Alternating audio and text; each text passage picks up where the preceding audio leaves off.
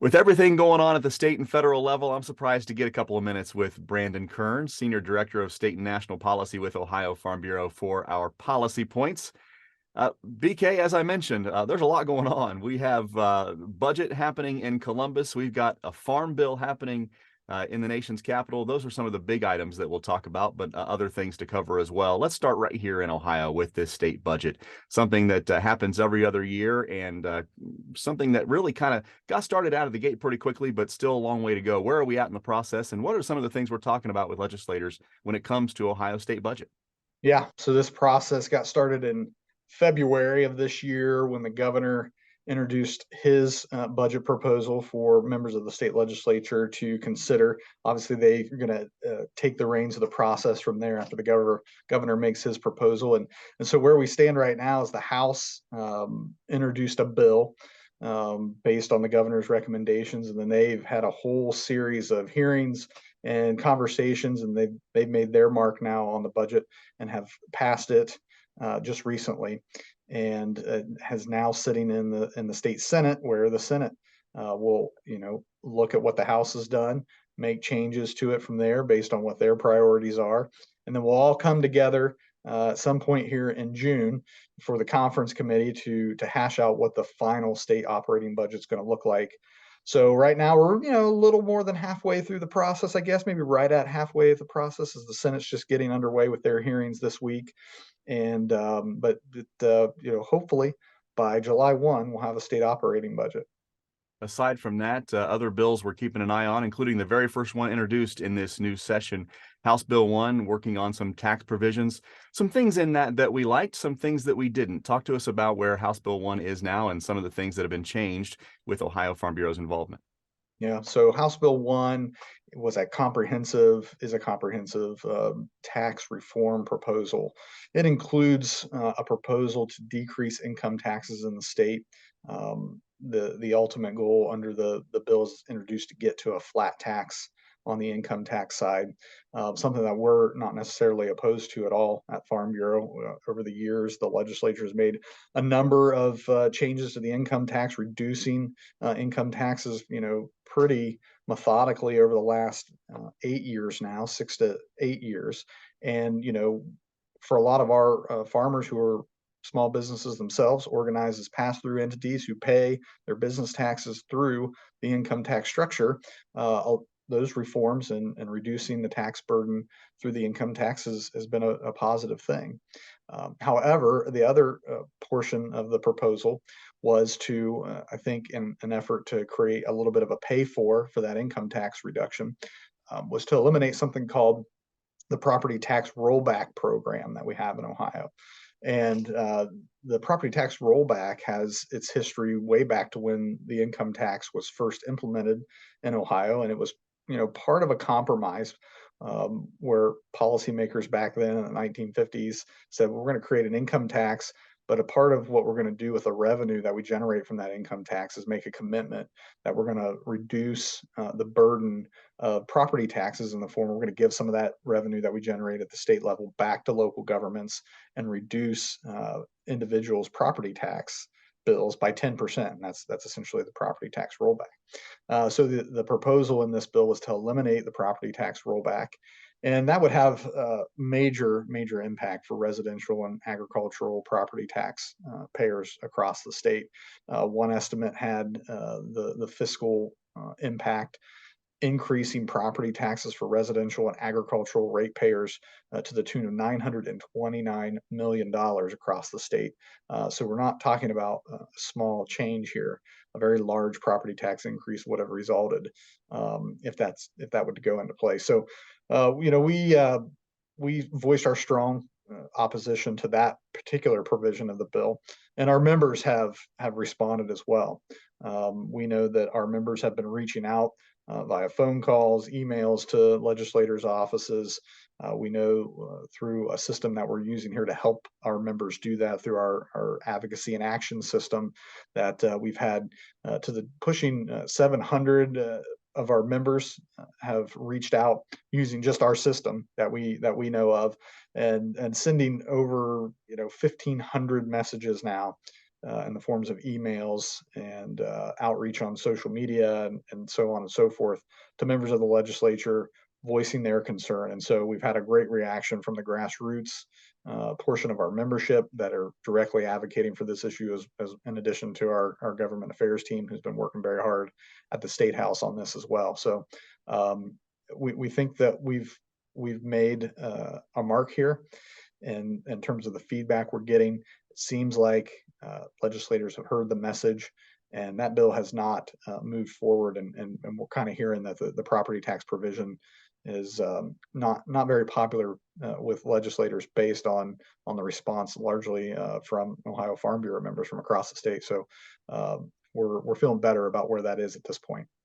I'm glad you mentioned those action alerts, something that, as you mentioned, is fairly new for our members to get involved in a great way, where a couple of clicks sends those messages to lawmakers in your particular districts.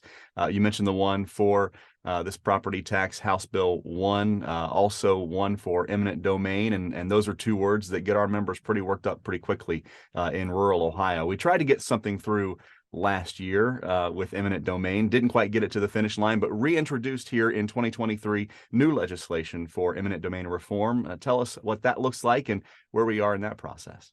Yeah, we knew the introduction of the bill last year would probably be just a starting point for conversations and negotiations over this issue, moving into this new General Assembly this year.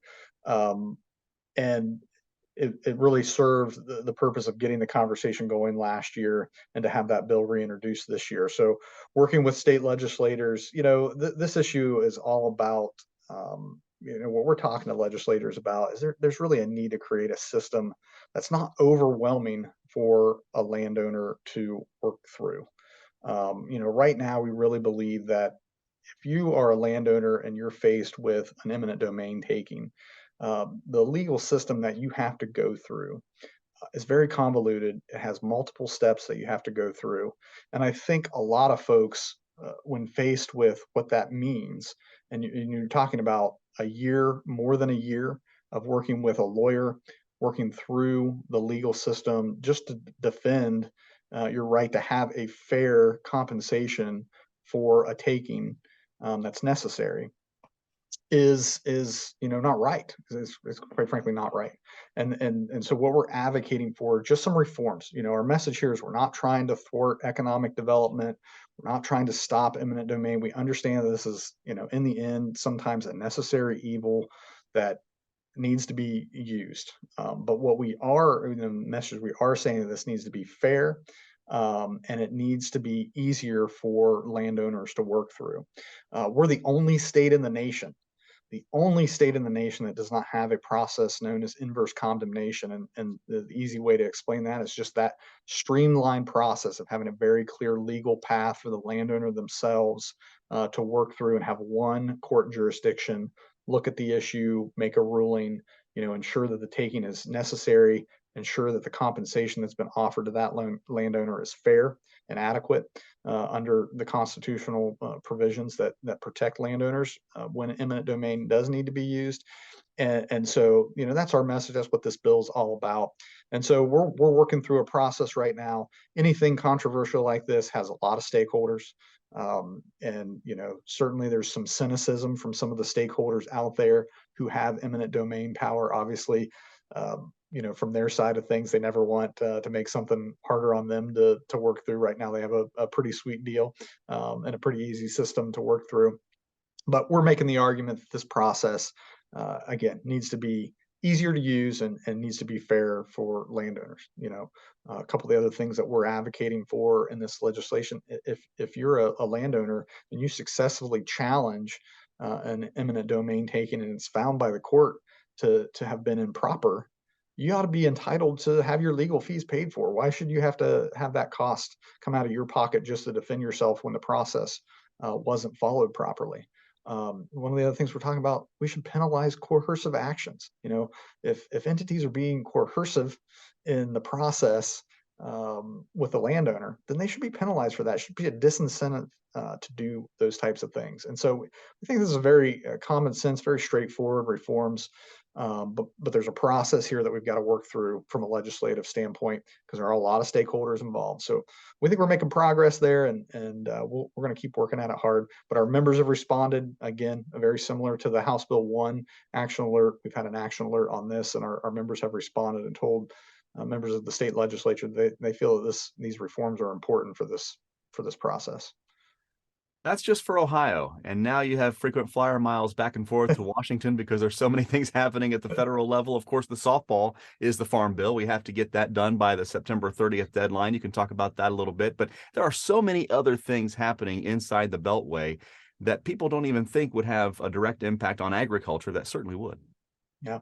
My vehicle knows how to drive itself to John Glenn International Airport at this point, park itself, and then I just kind of get on and go and go through the terminal and head to DC. We're probably in DC. We've been in DC more in the past 6 months, and then we'll be throughout this year with some of our members, our board member leaders, then certainly what we normally are, but for a very important reason. We have a farm bill being negotiated by Congress.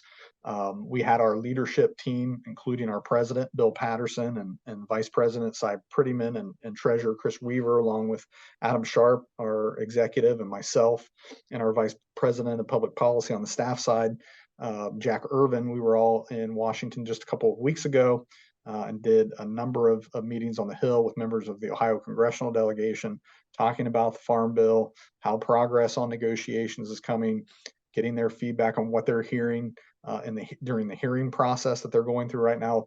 Both the Senate and House Agriculture committees are having a lot of hearings on the Farm Bill, starting to hear about what issues are out there and what's important to the agriculture community to get right in this piece of legislation.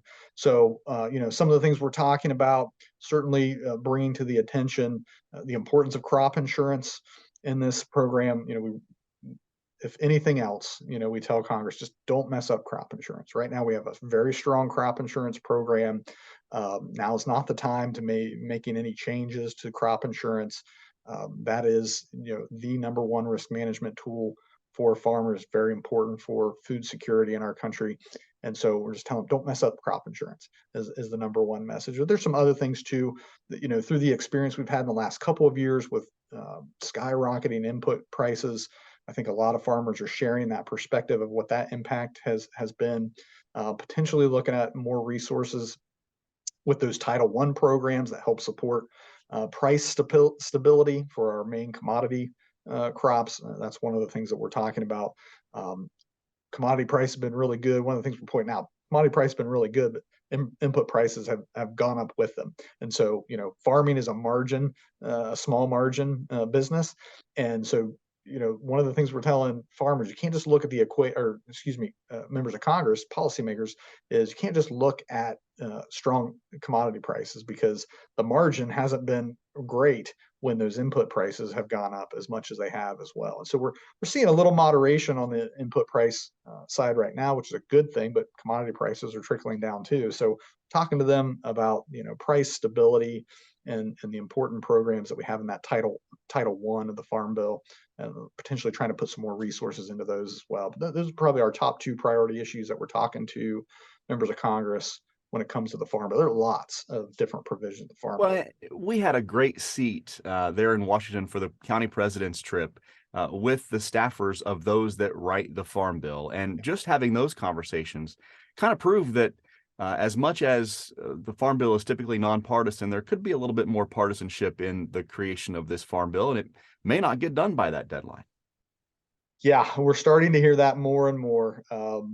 Members of Congress and key staff members kind of seem to be trying to set expectations that we might not get a 5-year Farm Bill in place by the September deadline this year. Now, I think everybody's very confident that Congress will be able to come together and at least do an extension of the current Farm Bill. Everybody understands the importance of not letting these programs lapse, because we go back, one of the points we've made is if the Farm Bill lapse, we go back to 1930s era policy, which obviously does not work for modern agriculture. So I think we're very confident that at least an extension, short-term extension of the current Farm Bill will be able to be put in place. We're not going to see the Farm Bill lapse. But whether we get a new 5-year authorization by the September deadline, we're definitely starting to hear that as Congress is taking up a number of controversial issues, maybe that might not happen. And we have a very strong farm bill right now. So if in the end we have to go through the extension route to buy some more time to get into a better political environment so that we can actually hash out a 5-year farm bill, that wouldn't be the end of the world, I think, for our producers. Other pieces of legislation include things to do with the budget. Of course, we're hearing about that debt ceiling now.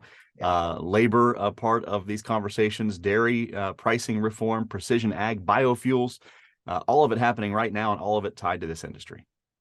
Absolutely. And, the debt ceiling debate right now, obviously the focus of what Congress is working on, you're hearing a lot in the headlines and in the news media about, potentially by June 1, as early as June 1, the federal government may not be able to pay all of its debts if the debt ceiling is not increased. And that's going to have broad ramifications for the economy in general. But as a part of what the negotiation process is, there's key, policies that impact the farm bill, quite frankly, that are a part of this. So there's a debate over the nutrition programs at the federal level, and should there be work requirements included in the nutrition programs. Of course, the nutrition programs constitute the largest component of the farm bill, and so these negotiations are happening right now, or the debt ceiling, have a direct impact on what we're going to see for negotiations on the farm bill as well. One of the things that almost held up the House passage of their version of the debt ceiling bill was biofuels. We had a number of Midwestern farm state members of Congress say they weren't going to vote for the debt ceiling increase proposal because the original proposal had the elimination of biofuel tax credits in it. And obviously biofuel is very, very important to Midwestern farm states like Iowa and so on and so forth. So it almost held up the House's ability to pass their version of the debt ceiling increase. And so now they have got that done. Those tax credits were protected in the end. But now we've got this negotiation playing out between the White House and House leadership and Senate leadership over what this final product looks like. So it's gonna, one of the terms I love to use is it's gonna suck the oxygen out of everything else that's going on potentially in Washington. I think that's part of the reason why we're seeing a little bit of delay on the farm bill as well, because we've got high stakes issues like this going on in Congress right now as well. We'll keep you updated online at ohiofarmbureau.org. And of course, we'll do more policy points updates as we get opportunities to. In fact, the next one we already have planned out is going to look at that state budget and go through line by line that impact agriculture, what Ohio Farm Bureau likes about it, and what we have some concerns about as well. That's all coming up next month here on Policy Points with Brandon Kern, Senior Director of State and National Policy with Ohio Farm Bureau. My friend, always great to see you. Always, Ty, always. I'm Ty Higgins. We'll see you down the road.